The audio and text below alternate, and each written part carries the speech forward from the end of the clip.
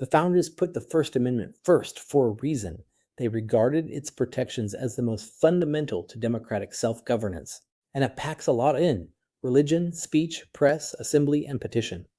Let's start with religion, which sits right at the top. The First Amendment handles religion through two clauses that pull in different directions, and the tension between them generates most of the litigation. The first is the Establishment Clause. Government may not establish a religion. The second is the Free Exercise Clause. Government may not prohibit the free exercise of religion. One restrains government endorsement of religion, the other protects individual religious practice. And all of this has been incorporated against the states, so your state government is just as bound as Washington. Now, for decades, the court evaluated Establishment Clause cases using the Lemon Test, which leaned towards strict separation between church and state. But in the contemporary era, the court has dramatically shifted course.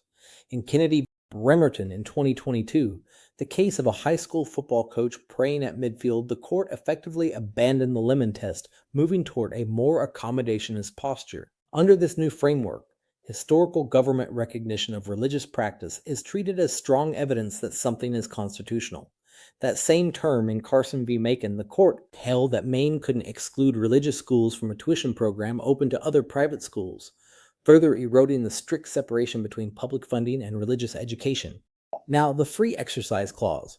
It bars the government from punishing or burdening people because of their religious beliefs. A law that targets conduct specifically because it's religious, say banning a type of animal slaughter practiced only by one religious group while allowing all other slaughter, clearly violates it. But here's the key limit.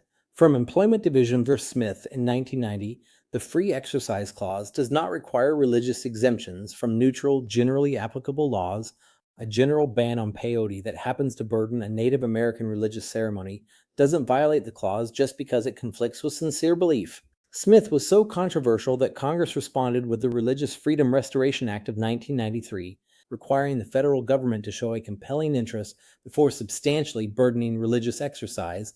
And as of 2026, the hottest battleground in this area is the clash between religious freedom claims and civil rights protections for LGBTQ plus people.